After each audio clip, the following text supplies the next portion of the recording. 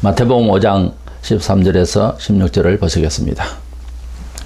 너희는 세상의 소금이니 소금이 만일 그 맛을 잃으면 무엇으로 짜게 하리요? 후에는 아무 쓸데없어 다만 밖에 버려져 사람에게 밟힐 뿐이니라. 16절입니다.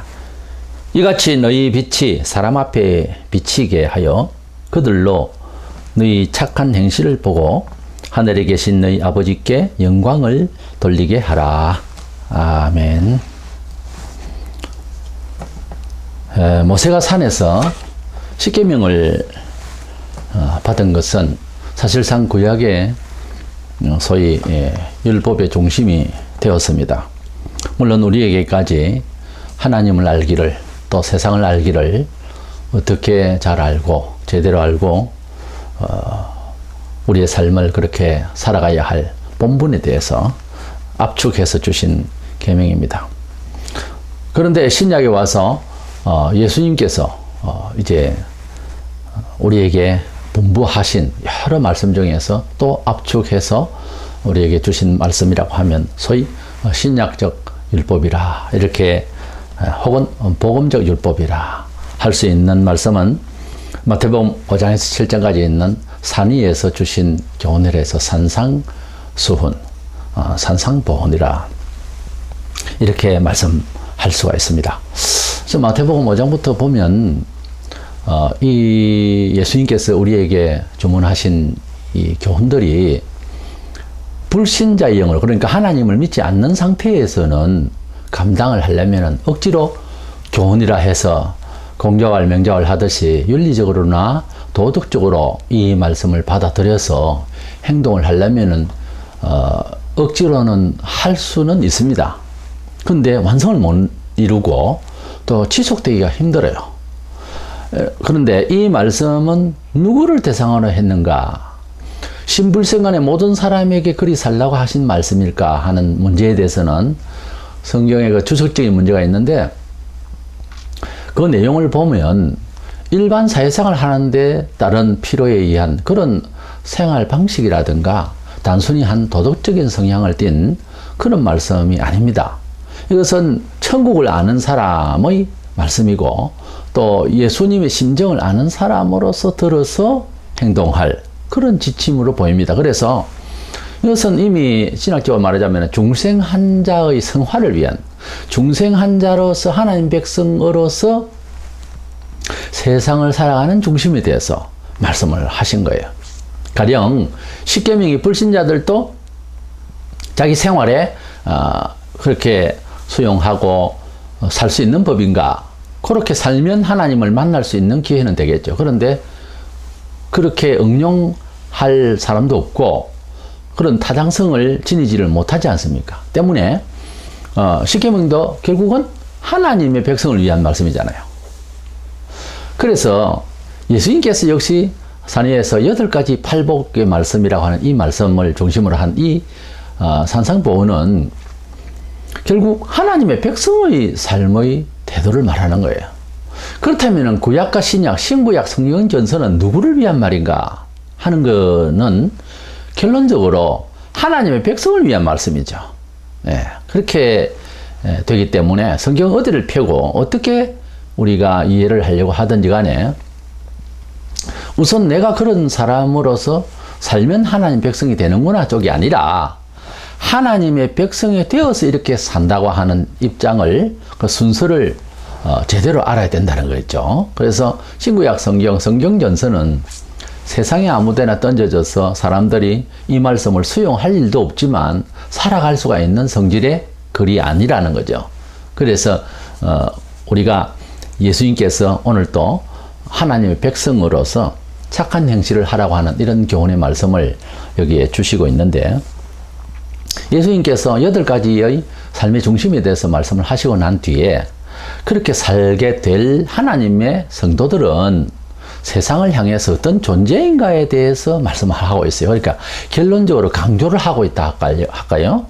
그래서 이 본문은 이러한 교훈을 들은 우리들이 세상을 향해서 어떤 사람이 되어야 하는가 하는 점을 말씀을 하고 있습니다. 주제의 말씀을 중생자의 착한 행실이라는 주제로 주님의 뜻을 듣고자 합니다.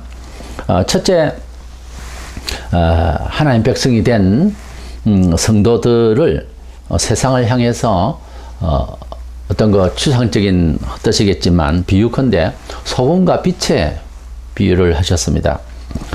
팔복의 말씀, 신약의 십계명이라 할 수 있는 성도들의 삶의 중심에 대한 말씀을 자세히 이제 설명을 하시고 난 뒤에 우리 성도들을 세상의 소금과 빛이라고 이렇게 말씀을 하셨습니다. 본문 13, 14절에 보면 너희는 세상의 소금이니 그랬고 14절에는 너희는 세상의 빛이라 이렇게 말씀을 하고 있습니다. 소금은 부패를 방지하고 맛을 내는데 아주 귀한 물질이죠. 구약에는 제사에 사용하게도 되는 이런 거룩한 물질로 구별된 물질로 뜻하고 있습니다. 그런데 이제 소금이 세상을 향해서 우리가 소금을 지고 뭐 소금이다 이런 뜻이 아니잖아요. 우리가 세상을 향해서 그 소금처럼 어떠한 사람이 된다는 거죠. 그러니까 그 소금과 같은 역할을 하라는 뜻이죠. 근데 이 소금은 성경을 신약적으로 해석을 할 수 있도록 성구가 몇 군데 나옵니다만은 이 소금은 부패를 방지하죠. 그리고 맛을 내죠. 그러니까 우리가 이 세상을 들어가서 삶을 살 때 불의하고 잘못된 것을 이제 막아내는 그런 역할을 하기도 하고 또 이 세상의 삶의 맛을 일으켜주는 그런 소위 이 세상의 말로 분위기맨이 되는 이런 역할자가 되라는 거예요. 그래서 우리 성경에 보면 골로새 4장 6절에 보면은 너희 말을 항상 은혜 가운데서 소금으로 맛을 냄과 같이 하라. 말이라는 게 삶의 사실 표현인데 우리가 어떤 말을 하고 어떤 관계 속에서 거래를 하며 협조를 할 때에 어떤 맛을 내는 사람이 되라. 소금에 그런 맛을 내는 사람이 되라 하는 말씀으로 우리에게 소금이라 하셨고 본문 14절에 너희는 세상의 빛이라고 하셨는데 너희는 세상의 빛이라 할 때에는 전제가 되는 말은 이 세상이 어둡다는 말이죠. 그럼 세상이 참 어두운 세상이다. 정신적으로 어둡고 컴컴하다고 하는 것은 죄와 심판과 앞이 안 보이는 그런 막연한 세상, 더듬어 사는 세상, 뭐 그런 뜻이 되겠죠. 그러니까 이 세상살이라고 하는 것이 그러니까 하나님의 백성이 아닌 모든 뭐 의인이 군자니 해도 모든 사람이 하나님을 떠나 있는 상태에서는 어두운 상태에 있다라고 하는 전제하에서 우리가 빛이 되라 했거든요. 세상에서 우리가 뭐 산에 올라가 산길을 잃어버린다든지 밤중에 또 길을 잃어버린다든지 사실 차를 운전하더라도 시골길을 가거나 모르는 초행길에서 어두워지고 라이터가 켜지지 않는다면은 정말 나갈 수가 없잖아요. 아무리 준비가 되어도 쓰임 받을 수가 없어요. 차가 앞으로 갈 수가 없잖아요. 근데 세상 중에서 그 살면서도 그 빛이라는 게 얼마나 중요합니까? 이 빛이 없으면은 사실 아무것도 할 수가 없어요. 그래서 이 어두운 가운데 있는 사람에게는 그 빛을 가지고 있는 사람이 그 사람이 악하든지 뭐 심지어 살인자들 살인을 하고 도망가고 있는 사람일지라도 길을 잃어버리고 산중에 있을 때에 빛을 들고 길을 밝혀준다면은 일단 그 사람은 틀렸는지 모르지만 이 빛이 지금 있으니까 우리가 그 혜택을 받으려고 하지 않겠어요? 이 세상 사람들은 물질과 명예와 모든 것을 갖춘다 하여도 하나님이 보실 때에는 캄캄한 어두운 가운데서 사람들이 헤매고 있다는 거죠. 말하자면 갈 길을 모르고 있다는 거죠. 그런 전제하에서 우리들은 세상에 빛이 되라고 하셨습니다. 그래서 우리가 소금이고 빛이라고 하는 말에는 세상에 정말 부패해 가고 맛이 없고 그렇죠? 뭐 솔로몬이 세상 것을 다 취급을 다 해봤어요. 사람으로 태어나서 가지고 싶고 얻고 싶고 하는 건 다 해봤어요. 그 사람이. 근데도 허무하더라는 거죠.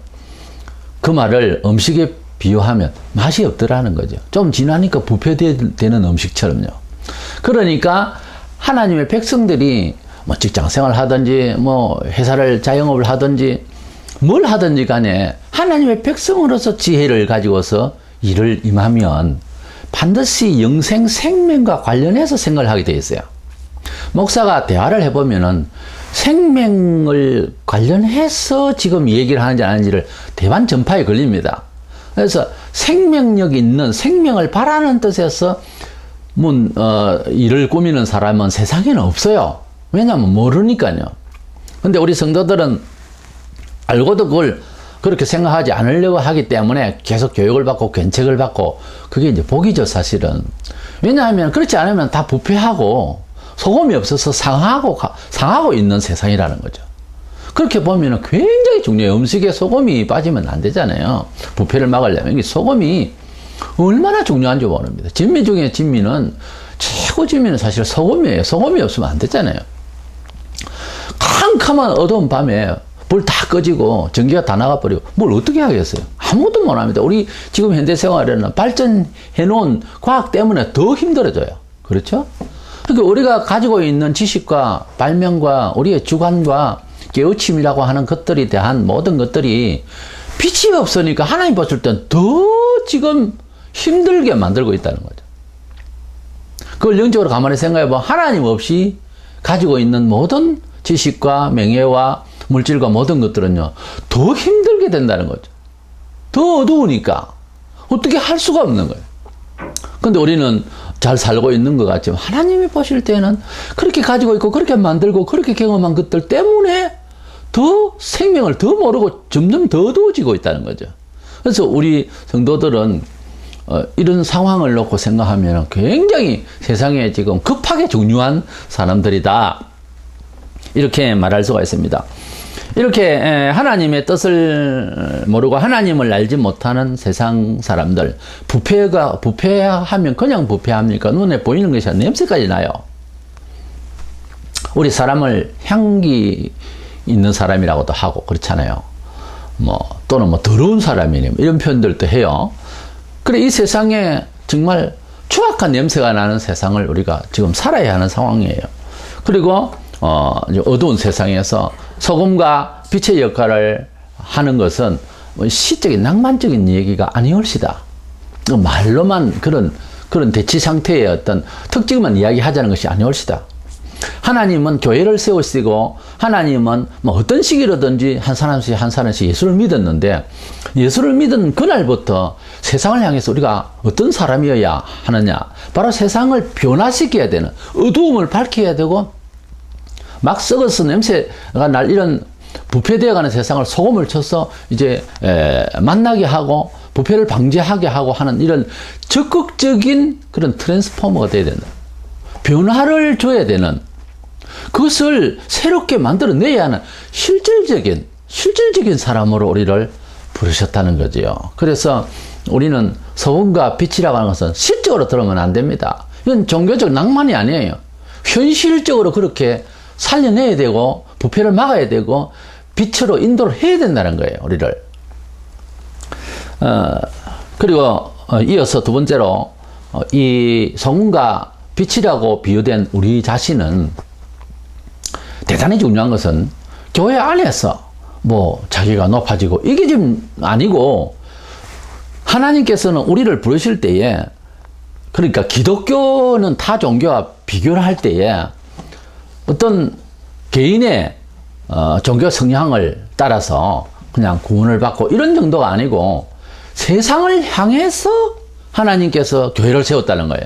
불교는 탈문화적으로 자기 개인의 위주로 산으로 입산수도하러 올라갈지 모르지만, 교회는 혼자 믿든 둘이 믿든 이렇게 개인적으로든 단체적으로 교회든 간에 세상을 향해서 하나님께서 교회를 지었다는 거예요. 그러니까 교회를 구성한다고 하는 것을 알고나 교회 구성원이 돼야 돼요. 그 알고 보면은 절이 나을 겁니다, 교회 가는 것보다. 무슨 말인가 하니, 자기 개인의 인생의 어떤 신앙 양심, 종교 양심으로 종교를 취급을 하려고 하면은 차라리 1년에 4월 초파일 한번 올라가는 불닭이 낫지, 교회를 왔다 가면 무조건 하고 일을 해야 돼요. 하나님께서는 당신의 백성을 삼으실 때 그렇게 사명을 띠고 교회라는 단체를 만드셨다는 거예요. 그것이 저희 보는 관점이 아니라 성경에 그렇게 말씀을 하고 있어요. 우리가 세상에 소금이다 빛이다라고 하는 것은 우리가 알고 있는 그런 종교적 관념으로서 그냥 낭만적으로 들으면은 그것은 안 됩니다.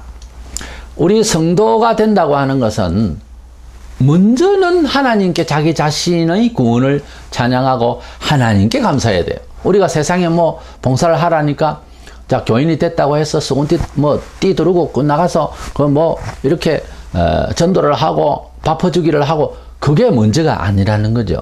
어떻게 보면 그걸 먼저 생각할 수도 있어요. 그렇게 하면 하나님 잘 믿는 것처럼 혹시 오해를 할 수도 있는데 그건 아닙니다. 먼저는 자기 구원을 확정하고 자기 구원의 확신을 하나님께 감사하는 이 표현이 먼저 돼야 되는 거예요. 에베소서 1장 11절 2절에 보면 우리가 예정을 입어 그 안에서 기업이 되었으니 이는 우리가 그의 영광의 찬송이 되게 하려 하심이라. 하나님께 영광을 돌리는, 하나님께 찬양을 드리는, 하나님께 감사를 드리는 찬송이라는 게 사실 무릎을 꿇고 감사를 한다는 뜻이에요. 그러니까 하나님께 찬송한다는 말은 뭐 노래를 잘하고 노래를 크게 불러서 찬양만 한다 이 말은 아닙니다. 원래 찬송에 대해서 그렇게 알고 있어야 돼요. 하나님을 마음으로 진심으로 감사를 한다는 거죠. 그러니까 찬송은 연습을 하는 게 아니에요. 본래는 찬송을 갱년대회를 할 수 없어요. 원칙적으로는. 개인적으로 어떻게 잘 부르려고 가능한 이렇게 연습을 할 수도 있겠지만 제가 개인적으로 가진 주관은 연습할 필요가 없는 겁니다. 찬송은 연습을 하는 게 아니에요. 음치면 어떻습니까? 뜻을 하나님께 감사를 드리는 거예요. 곡조에 맞춘 기도예요. 고백이에요. 그래서 하나님께 찬양하고 감사로 영광을 돌리는, 즉 예수 믿고 구원받았을 때는 이웃은 일단 두고라도 일단 먼저 하나님께 자신이 흥분되어야 되는 거예요. 너무 감사하고 감격해야 되는 거예요. 그것이 먼저 돼야 합니다. 이것이 목사가 교인을 바라보는 고민이에요. 가장 먼저 하나님께 은혜를 먼저 받아야 돼요. 본인이. 그 다음에 이제 두 번째로는 세상을 향해서 오늘 주님 말씀하신 대로 착한 행실로서 하나님께 영광을 돌려야 되는 것입니다. 예수를 믿음으로 사실 구원을 받습니다. 어디 뭐 이웃을 봉사를 잘해야 되고 그래서가 아니고요. 로마서 8장 28절에 로마서 3장 28절에 그러므로 사람이 어렵다 하심을 얻는 것은 율법의 행위에 있지 않고 믿음으로 되는 줄 우리가 인정하노라. 분명히 그랬어요. 유대인들도 우리가 어떻게 해야 하나님 일을 하겠습니까? 무슨 선한 일을 해서 우리가 하나님 앞에 합격을 받아서 공을 받겠습니까? 이렇게 물었어요. 그때 주님께서 말씀하시기를 하나님 보내신 자, 그러니까 예수님 자신을 믿는 것이 하나님의 일이다 그랬어요. 우리가 하나님 앞에서 뭐 선행을 해야 되는가 보다 생각해가지고 신에게 어떤 도덕적 부담감, 사람이기 때문에 가질 수 있는 어떤 면에서는 타당성이 있죠. 그런 생각을 고공동수를 막론하고 다 종교에 보면 그런 생각들을 갖고 있어요. 그런데 원칙적으로는 그게 아니라는 거죠. 마귀가 제일 예수 믿지 못하게 하고 바르게 믿지 못하게 한 제일 오래되고 제일 많이 쓰고 있는 게 뭔가 뭐 윤리주의예요. 그걸로서는 구원을 못 받아요. 근데 대개의 경우가 보면은 어떤 교리를 만들고 그래요. 뭐 이런 종교들이 보면. 그런데 예수님은 단적으로 말해서 나를 믿어야 된다. 이 말은 어떤 면에 너희들이 어떤 선행이면 할 수 있는 건 없다. 안 된다. 라고 말씀을 하셨죠. 그래서 예수를 믿음으로 구원을 받는다고 하는 것은 이건 뭐 알아듣기 전에 일단은 아멘하고 받아들이고 시작해야 돼, 신앙을. 그래야 되지. 그래도 그렇지 우리 사람이 좀 착해야 돼. 그런 식으로 나가면 이 처음부터 또 거꾸로 가는 거예요. 아무리 돌을 닦아도 안 됩니다. 사람은 잘 믿다가도 쓰러지는 거예요. 그런 경험이 성경에도 있고 우리들이 얼마든지 경험을 하고 사는 거예요. 그런 인간을 놓고 처음부터 착해가지고 구원을 받기 이건 아니에요. 얘기 안 되는 얘기니까 그것은 숙제로 삼지 말고, 숙제는 너는 하나님께서 하나님 당신의 아들, 죄 없으신 아들을 왜 죽이셨는가, 그거라 연구를 해야 돼요. 모르면 구약도 보고 신약도 보고 해서 예수님이 나 때문에 그렇게 대신 돌아가시구나, 그걸 깨닫게 될 겁니다. 그러니까 다른 고민하지 말고, 그래서 침울하고 방황하고 좌절하고 끝내 자살하고 이렇게 갈 것이 아니고, 이런 나를 위해서 하나님의 아들을 희생을 시키신 하나님 사정을 들어야 되는 거예요.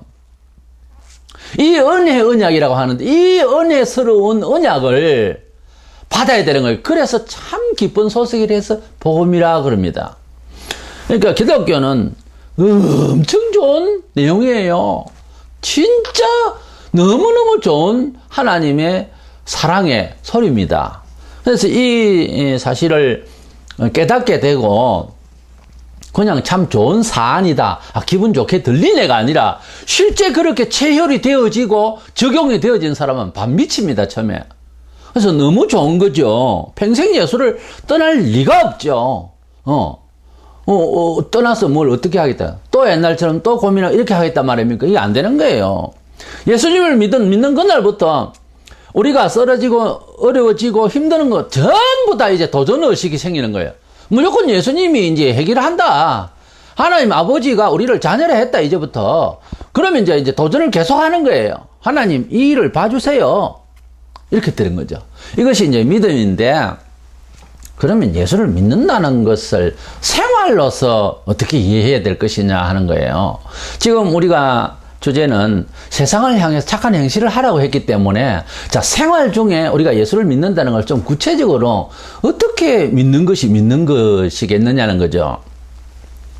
예수를 믿는 것은 예수님을 나의 생명을 위해서 엉뚱하게 돌아가신, 그런 제물로서 돌아가신, 희생하신 분이고 또 부활하셔서 우리에게 영원한 생명의 약속을 하신 이 놀라운 구주시다라고 하는 것을 믿는 건데, 그 예수를 우리는 사랑하게 되었고, 그 예수를 우리는 신뢰하게 되었고, 그 예수를 우리는 바라보게 되었어요. 자, 사랑하고 신뢰하고, 자, 그분을 바라보면 어떻게 되겠습니까? 얼굴 모양까지도 닮아갑니다. 그죠? 우리가 부부가 닮는다 하잖아요. 뭐 이제 얼굴 모양 자체만으로는 부부가 아니라도, 그것도 심지어 남녀인데도 조금 닮아 보이는 사람도 혹 있을 수는 있어요. 그런데 우리가 보통 이렇게 볼 때에 부부가 닮아요. 그런데 30대 부부와 50대, 60대의 부부의 닮음은 더 틀립니다. 요즘 이제 젊은 부부들이 자주 이혼을 해요. 이혼을 하고 그러는데 왜 이혼을 했을까 하는 걸 심리적으로 생각해 보면은, 이 젊을 때는 눈도 밝고요, 판단도 빠르고, 가치 분별력도 아주 강해요. 그리고 아주 머리가 뛰어나고, 그래서 상대방에 대해서 쏘아보는 게 아주 정열적이고, 그러다가 이제 서로 이제 맞춰가야 되겠는데, 뭔가 좀 다른 거는 인정했는데, 이걸 못 맞추겠다는 거죠. 근데 나이가 들면 눈도 좀 희미해지고, 이거저거 따지려고 하니까 힘이 부족해서 그런지, 오래오래 살다 보면은 이게 이제 믹싱이 잘 되게 돼 있어요. 이것은 서로 화합을 하고 만들어가는 과정이죠. 근데 50대 50으로 딱 하니 서로 반반 용납하고 하면 참 이상적이겠지만, 그렇게 되는 집안은 잘 없습니다. 하나는 20만 이제 닮아가려 하고, 하나는 80이 되면 60은 더 희생을 하게 되는 거죠. 근데 그건 희생이 아니고 그 더 사랑할 수 있는 정기를 스스로 자생 능력이 생긴 거고, 20은 80이나 주는 사랑을 받아서 좋고요. 이 서로 좋은 것 아닙니까? 그래 해석을 해야죠. 그래서 나이가 들면은 이 밝히 보는 것도, 아주 뚜렷하게 보는 것도 희미해져요. 살살 희미해지면서 이게 닮습니다. 그래서 부부가 닮는 이유가 뭘까? 부부가 해를 하는 이유가 뭘까? 이것은 신뢰하고 사랑하고 바라보기 때문에 그래요. 계속 바라보기 때문에. 처음에 참 좋아 보여도 물건이든지 꽃이든지 이 세상에 무엇이라도 그렇잖아요. 좀 지나면은 그 처음에 느낌하고는 살살 달라지잖아요. 그럼 내가 참 이상해지죠. 왜냐하면 그렇게 느끼고 이해하던 가치를 둔 것이 어느새 쪼그라들고 기억도 안 나버리는 수가 있어요. 그러니까 바라보면서 이제 권태기라고도 할 수 있고, 그렇죠. 어떤 권태가 오는 거예요. 지루하죠, 세상에 사실. 근데 이것을 조금 더 가다 보면은 이 삶의 가치에 있어서, 필요에 의해서, 어떤 목적에 의해서 생각을 하면은 점점 또 다르게 보입니다. 그래서 차츰 세월이 들어가면은 더 존귀하게 보이고 더 가치 있게 보일 수 있도록 하나님은 눈을 여세요. 그래서 우리는 믿고 신뢰하고 의존하고 그리고 가치를 부여하고 이렇게 이제 되어졌을 때에 마치 해로하는 부부처럼 그렇게 세상을 이웃과 또 삶의 가치를 그런 식으로 살면 정말 세상에는 전쟁이 없고 평화만 있을 거예요. 그런데 그걸 못 참고 젊은 사람들은 눈이 총총하게 밝을 때니까 막 밝히고 쏴보고 비판하고 이러다 보니까 이게 맞출 수가 없어요. 그래서 깨지는 거죠. 그 기회를 조금 넘어가면 조금씩 묻어지고 나이가 들어가면은 조금씩 서로 용납하고 하다 보면은 저쪽에 상대방의 못난 얼굴이 내 얼굴에 붙어버리고 내게 좋은 얼굴은 저쪽으로 가버리고 이래서 서로 이래 맞추면은 얼굴까지도 외모도 좀 닮아가요. 원래 예수님을 사랑한다는 것이 뭘까? 예수님을 신뢰한다는 게 뭘까? 예수님하고 오래 산다는 것이 뭘까? 닮는 거예요. 예수님이 내 죄를 위해 돌아가셨다는 과거적인 나의 과거를 다 용납하셨다. 그리고 예수님께서 2000년 전에 돌아가신 그 사건 그것만이 아니라 오늘을 살고 내일도 살고 죽을 때까지 주님과 부부처럼 가차워져야 됩니다. 그러면 주님을 닮아야 되는 거예요. 처음에 예수님을 믿으려는 게 주님께서 나를 쏴보는 게 말이지 생활도 주일 성수를 하라 그러고 기분 나쁘다 이거죠. 그러나 주님이 좋단 말이죠. 그렇다면은 맞춰가야 되는 거예요, 서로.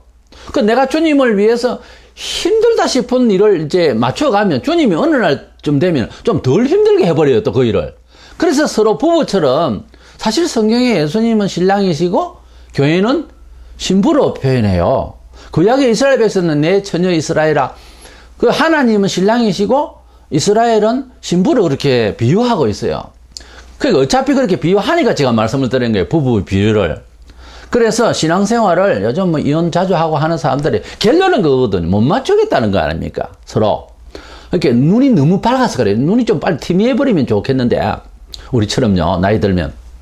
근데 하나님을 바라볼 때에 너무 똑똑하게 쏴보고 하나님 막 쏴보고 하나님 뭐 그런 식이냐 하고 이러면은 하나님은 막 더 쏴봅니다. 이기겠어요, 하나님께?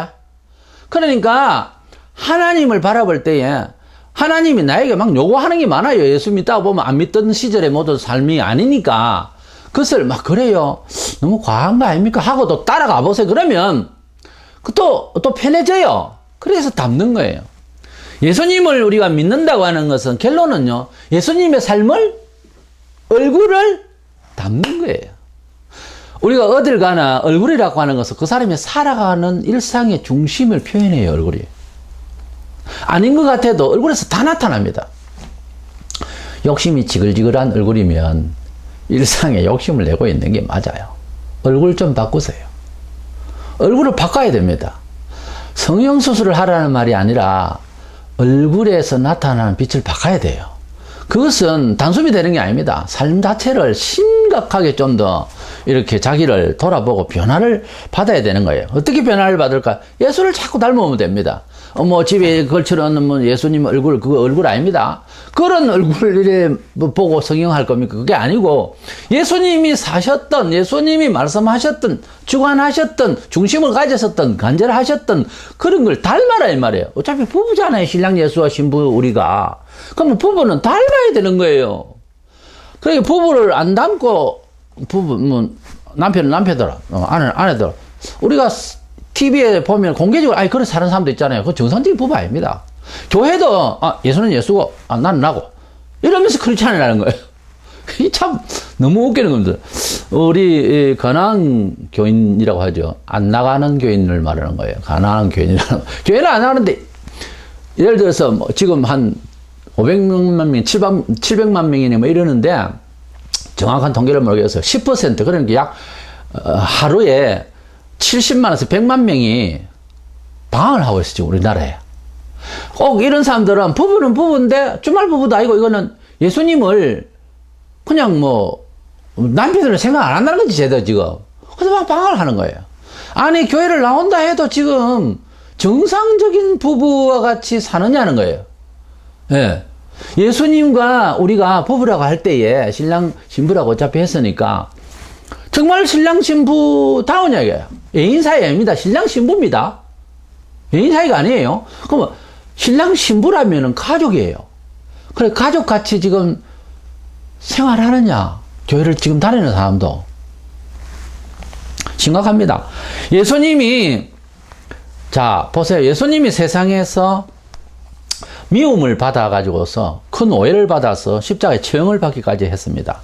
근데 왜 예수님께서 십자가에서 처형받기까지 돌아가셨느냐 하면 우리 죄를 위하여 돌아가셨다. 이거는 결론적인 말이고요. 그 상황이 어째서 그랬느냐는 것을 보자는 거죠. 그 예수님께서 무슨 세상에 잘못을 저질고 잘못됐어가 아니라 예수님은 자기 존재가 누구임을 말하고 또 자기 믿음의 사상에 대해서 말하다가 죽었어요. 잘 들어봐요. 야, 뭐 10장 33절에 유대인들이 대답하되 선한 일로 말미암아 우리가 너를 돌로 치려는 것이 아니라, 예수님을 지금 잡아가려고 하는 이 사람들의 말입니다. 말투를 들어보세요. 다시 한번 읽어볼게요. 유대인들이 대답하되 선한 일로 말미암아 우리가 너를 돌로 치려는 것이 아니고 신성 모독 이남이니 네가 사람이 되어 자칭 하나님이라 함이로라. 그러니까 예수님이 미움받고 죽임을 받기까지 하신 것은 예수님이 사회적으로 볼 때 행동이 틀렸어가 아니라는 거죠. 심지어 뭐라 했냐면은 대답하되 선한 일로 말미암아 너를 우리가 돌로 치려고 하는 것이 아니다. 예수님이 지금 삶 자체에 대한 생활에 대해서는 선하다 그랬어요. 누가? 원수가. 그러니까 미움을 받으시고 고난당하시고 처형되신 것은 사회의 선한 행위가, 어떤 행위가 잘못된 것이 아니고 오히려 선했고, 그것이 아니고 사상 때문이었다는 거죠. 사상. 근데 오늘날 한국교회 사회로부터 지탄을 받고 심지어 고소를 받는 것은 뭐 때문에 받습니까? 사상 때문입니까? 예수를 믿으세요, 믿으세요 하다가 누가 잡혀갔다는 소리 들었습니까? 아직까지는 우리나라 그게 아닙니다. 다른 나라에는 핍박이 있지만은 아직 이 나라에는 종교의 자유인내 하면서 아직까지 그래요. 우리가 예수를 믿으세요. 꼭 똑바로 믿어야 됩니다. 자기도 바로 살면서 그렇게 하는 누가 잡아가겠어요? 그런데 지금 한국교회는 예수를 믿고 증거하다가 예수를 강조하다가 잡혀가고 형사재판을 받고 그래서 고소를 당하고 하는 일이 아니라는 거죠. 예수님은 우리하고 다른 입장이에요. 예수님의 생활은, 핍박은 지금 우리 한국교회가 지탄을 받는 거하고 성질이 틀립니다. 그걸 같이 보면 안 된단 말이에요. 그래서 예수님은 사상과 자기 존재에 대해서 신앙 고백 문제에 대해서 문제가 있었지만 그 문제가 아니에요. 당신이 하나님 아들이니까 하나님 아들이라고 그러죠. 그러니까 우리가 사람이 눈이 어떻서 미처 모르니까 오해를 하는 거죠. 근데 예수님이 잡혀가시고 미움받으시고 한 것은 원수인 유대인들도 말하기를 당신 선한 행위 때문에 우리가 돌로 치려 하는 거 아니다 그랬잖아요, 분명히. 근데 한국교회와 오늘날 우리 교회는 뭡니까? 예수 믿는 믿음, 그 믿음 때문에 아니고 행위가 틀려먹어서 고소를 당하잖아요. 그 예수님이 잡혀가신 거하고 입장이 완전히 다릅니다, 지금. 목사와 교회를 비난하고 핍박하고 잡아가는 거는 당신들의 선한 행위 때문에가 아니고 라고 돼야 되는데 당신들의 행위가 틀려먹었기 때문에 잡아간다는 거예요. 그러니 새끼들이라고 만들어 놓은 교회가 하나님 보실 때에 기가 딱 찰 겁니다. 참 할 말이 없는 거예요. 하나님도 불러놔놓고 그래 하라고 한 게 아니고 세상을 오히려 빛되게 하라고 했는데 이것들이 어둡게 하고 이것들이 엉망으로 해놓고 하나님 이름 팔리니까 얼마나 답답하게. 하나님도 이런 부분에 대해서는 책임을 못 지잖아요. 아무리 하나님이시지만은 사람이 이런 식으로 나가면 어떻게 입장이 곤란한 거예요. 하나님마저 욕을 듣습니다. 이래 되면은 기독교의 신이 뭐냐 여기까지 이제 헷갈리는 거예요, 사회는. 그래서 주님께서 산상보훈에서 하시면서 소금과 빛이라고 이렇게 지금 귀중한 이 보훈의 말씀에 예수님이 처음 설교하시면서 장문의 설교를 이렇게 우리가 볼 수 있는데요. 얼마나 성도의 삶이라는 게 중요하다는 것을 알아야 되는 거예요. 요한복음 8장 12절에 예수께서 또 말씀하여 이르시되 나는 세상의 빛이니 나를 따르는 자는 어두움에 다니지 아니하고 생명의 빛을 얻으리라. 우리는 빛의 자녀가 되었고 빛 가운데 살아라 하십니다. 보면 15절에 보면은 사람이 등불을 켜서 말 아래 두지 아니하고 등경 위에 두나니 이 말이라고 하는 이 모디언이라는 말은 곡식을 한 9리터 정도 넣을 수 있는 그런 용기인데 불 꺼지지 않게 잠시 이렇게 덮을 때도 있답니다. 유대인들이 그 가지고 있는, 그래서 방에 늘 이렇게 두고 하는데, 그러나 등불을 켰을 때는 등잔 위에 두고 그 위에 올려놓고 온 방을 환하게 하지 맨날 그 덮어놓지는 않다 아닙니까? 뭐 잠시 덮어야 할 경우라든지 이렇게 하는 수도 있었답니다. 그러나 밝히기 위해서 불을 켰는데 그것을 말로서 이렇게 덮어놓으면 되겠느냐 말이에요. 그 용기로서. 그와 같이 우리가 예수님을 믿으면은 이제 예수님을 닮아서 예수님이 선했다 했잖아요. 그러면 착한 행실로 우리 성경대로 살면 다 착하게 살게 되어 있습니다. 이 삶을 통해서 사람들에게 빛이 되라, 빛이 되는 삶의 태도들을 말하는 거예요, 지금. 이렇게 빛이라는 것이 뭐냐, 세상의 소금이라는 것이 뭐냐는 것을 설명한 거죠. 삶의 내용을 닮아라는 거예요. 예수님이 선한 행실이라고 했잖아요, 유대인들이. 그러니까 예수님처럼 살아라 이 말이에요. 삶을 성경대로 살면 세상이 미워하지 않습니다. 미워할 일이 없죠. 본문 14절에서 16절에 너희는 세상의 빛이라, 집안 모든 사람에게 빛이라, 사람 앞에 비치게 하여. 이것을 보면은 우리가 뭐 교회에서 잘나고 그게 중요한 게 아니에요. 교회에서는 잘나지 말고 세상에서 사람들에게, 모든 이에게, 그러니까 교회의 존재의 가치는 세상을 향해서 그 교회가 무슨 일을 하며 그 집사가 그 장로가 어떠하며, 이게 이제 바른 평가예요. 예배당이 굉장히 크다. 지금 그건 아직까지 완전한 평가가 아니에요. 그 교인들 중에서 그 교인이 대다수가 사회를 향해서 뭘 하느냐? 아니 그 교회 교인들은 왜 이렇게 하나같이 좋으냐? 규모는 작은데 너무 괜찮다. 이게 최고인 거예요. 성경에 있잖아요. 요한계시록 2장 3장에. 본문 16절에 이같이 너희 빛이 사람에게 비치게 하여 그들로 너희 착한 행실을 보고 하늘에 계신 너희 아버지께 영광을 돌리게 하라. 여기 보면 사람에게 비치게 하여, 그렇게 너희 삶을 착하게 해서 그들로 너희 착한 행실을 보고 평가를 받아라 이 말이에요. 너희 착한 행실을 보고 그랬어요. 그러니까 볼 게 있어야 줘야 되고 줄 게 있어야 본다 보지 않습니까? 그것은 삶을 통해서 너의 선택과 너의 취급과 너의 구별된 생활과 너의 헌신적인 삶과 너의 사랑의 행동이, 너의 삶의 규모가 예수를 믿으면서 너의 모든 착실함과 성실함과 거룩함과 너의 바른 삶이 그들이 보고 평가받는 거 아닙니까? 보는 거는. 보고, 아, 좋구나 라고 하는 것을 평가를 받아서 그들로 하여금 하나님께 영광을 돌리라 말이에요. 내가 어떻게 살았는지는 모르겠고 교회 와서 헌금하고 감사하고 찬양, 이게 아니고 너의 착한 행실을 보고 그들로 하여금 하나님께, 성경에 보면은 핍박하는 자도 구약에도 그렇고요. 너무 하나님께 바로 하면 너의 하나님께 영광을 돌린다. 그렇게 하고 있어요. 구약의 악한 왕도 하나님께 바로 하여 좋은 결과가 오면 너의 신에게 영광을 돌린다고 합니다.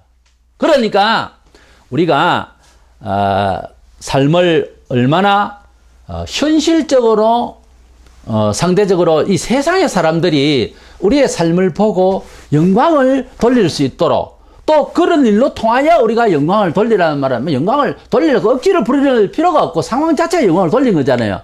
결국은 영광을 돌릴 수 있도록 세상 사람들이 보고, 그 말이에요.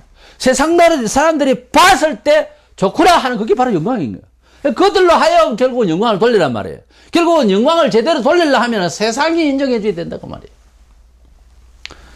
그러니까 무려 교회 직분자를 세울 때도 우리가 볼 때에 그 사람 괜찮다 이거 아니에요. 자 봐요. 디모데전서 3장 7절에 보면은 또한 외인에게서도 선한 증거를 얻은 자라야 할지니 비방과 마귀의 올매에 빠질까 염려하라. 직분자를 세울 때에, 장로나 집사를 세울 때에 외인에게서도, 즉 불신자의 세계에서도 선한 증거를 얻어야 되지. 그래야 비방이나 마귀의 올무, 그러니까 저 사람이 어떻게 해서 장로가 다 됐냐 이런 소리 안 들으려면은 그냥 그만한 사람도 아니고 선한 증거를 가질 정도가 됐을 때에 교회 일을 맡기면 얼마나 좋겠느냐. 하나님 보세요. 상식적이잖아요. 교회라고 하는 것은 기독교 생활이라고 하는 것은 상식선에서 가능한 이해가 되어져야 됩니다. 혼자서 고상하고 믿고 이러면 안 돼요. 그래서 세상이 바라볼 때나 교회는 물론이죠. 교회나 선하다, 착하다, 좋은 일이네, 특별하네, 닮을만 하네, 이래 돼야지. 교인들이 왜 저래? 이 끝난 겁니다. 그러면 안 돼요. 소위 구원파의 약점이나 이단들은 우선 자기 믿음도 하나님께 제대로 연관 안 돼요. 믿음을 오해를 하다 보니까 잘못 가르칠 수도 있지만은 꼭 잘못 가르쳐서 예수를 잘못 믿는 거 아닙니다. 시험을 받아서 그렇지. 시험이 안 되도록 바로 가르쳐야 되겠지만은 하나님을 믿되 사심이 들어가지고 내가 하나님만 믿으면 된다 이렇게 하고 그 다음에는 죄를 지어도 괜찮은 줄 생각해요. 아니라 하면서도 그렇게 지금 살았잖아요. 그러니까 삶이 잘못되니까 그 남편의 그 처가 아니더라 이 말입니다. 그 남편의 그 처의 생각으로 못 살았으니까 엉망이 된 거예요. 그래서 예수님을 믿는 것은 잘한 건데 그건 100번 잘한 거예요. 일단 믿고 봐야 돼요. 하나님 용서해 주세요 하고 들이대야 됩니다. 일단은 그렇게 되는 거예요. 기독교인은. 그 다음에 문제예요. 그 다음이 신랑 대신 예수와 신부된 내가 마음을 맞춰서 살 때에 신랑 대신 예수님이 요구가 처음에는 많이 보여요. 근데 나중 되면은 그렇게 많이 안 보입니다. 왜? 마음을 서로 교감을 같이 하면. 그래서 뭉개다가 보면은 하나가 된단 말이에요. 적어도 교인이 밖에 나가서 직분을 떠나서 예수 믿는 사람 같다라고 비춰져야 돼요. 생전에 예수도 모르고 원치도 않고 불교고 뭐 다른 종파고 해도 저 사람 목사 같아. 저 사람 장로나 권사 좀 되는가 보다. 나이로 보나 어들로 보나. 이렇게 돼야지. 기독교인인 줄 몰랐다. 굉장히 부끄러운 이야기예요. 우리가 하나님의 아들 예수 그리스도를 믿음으로 구원받는 약속만 알아서는 안 되고 중생한 사람, 하나님의 자녀된 사람에 대한 주문이 있어요. 너의 착한 행실로 하나님께 영광을 돌리라. 이거는 헛말이 아니고 들어도 되고 안 들어도 되고 하는 게 아닙니다. 교파를 초월해서 신앙을 초월해서 입장 자체가 그렇다니까요. 하루 이틀 믿을 겁니까 예수를? 그래서 예수와 함께 살고 예수를 위해 사는 것은 사실 예수를 위해서 산다 하면서 말은 그렇게 쉬워도 하여튼 예수님을 믿고 산다고 하는 것은 궁극적으로는 예수를 위해서 사는 거죠. 이런 얘기는 좀 잘못 들릴 수도 있는데 집안의 가장은 남자로 성경에는 사실 되어 있어요. 남편이 바로 설 수 있도록 아내는 항상 그렇게 마음을 못 얻어서 이렇게 밀어주면 좋은 궤도로 돌아갈 수가 있어요. 가족이라는 게 성경적으로 그래요. 근데 여자가 나서서 이렇게 물론 실력이 있어서 할 수도 있겠습니다만은 너무 그렇게 주도하는 쪽은 성경적으로 보면 안 맞습니다. 그렇게 할 수도 있으나 거기에 특이한 선지자도 있고 혹 그럴 수도 있는데 대개의 경우 그렇지 않아요. 우리가 교회 생활을 하는데 이제 영적으로 그렇습니다. 예수님이 주장을 하셔야 돼요. 그리고 좋은 신학적인 사안이 있고 우리가 경험이 있어서 헌법을 만들고 교회에도 신학이라는 게 있고 법이라는 게 있어요. 근데 그것보다 더 중요한 것은 그 원천이 되는 사복음서에 있는 예수님의 행적과 교훈 속에서 원리를 찾아야 되고요. 항상 조심해야 되는 거예요. 그러니까 남편 대신 예수님의 입장을 더 고려해야 되고 그게 전적으로 그렇게 고려할 때에 신부된 우리 교회는 잘 그 사랑을 받을 수가 있습니다. 원리가 그래요. 이야기가 다른 쪽으로 결론을 가는 것 같은데 오늘 이야기 중심은 우리 중생 환자가 예수님을 믿는 거는 잘했어요. 아주 기특하게도 잘 믿었어요. 그렇게 믿어야 구원을 받습니다. 그런데 믿었으면 이제 그분과 함께 살아야 될 것 아닙니까? 하루 이틀 믿을 것도 아니고 평생을 살면 닮아야 되는 거. 닮으려 하면 그분을 신뢰하고 그분을 자주 보고 훨씬 자주 보면 정이 들죠. 사실 떨어져 있으면 정 안 들어요. 자주 보고 주님 자주 보고 주님 보는 방법은 우리 믿음 가운데서 만나고 예배 자주 가고 성경 자주 보고 자주 주님을 접견할 수 있는 시간을 가져야 되겠고 주님이 또 나에게 요구사항이 주문하는 게 뭔지도 듣고 또 이제 실천해드리고 이런 가운데서 예수를 담는 거예요. 집안에 예수님 그림을 붙일 게 아니고 우리 자신의 얼굴들이 예수가 돼야 되는 거예요. 사실은. 사진 그 필요 없습니다. 복잡하게 걸쳐놓고 예수도 본 적도 없어요. 사실 아무도 얼굴을. 그래서 우리 믿는 자들은 무슨 도덕적인 의무가 아니고 믿음의 원리가 그렇다는 겁니다. 예수님을 닮아서 착한 행실로 우리 하나님께 영광을 돌릴 수 있는 저와 여러분 되시기를 축원합니다.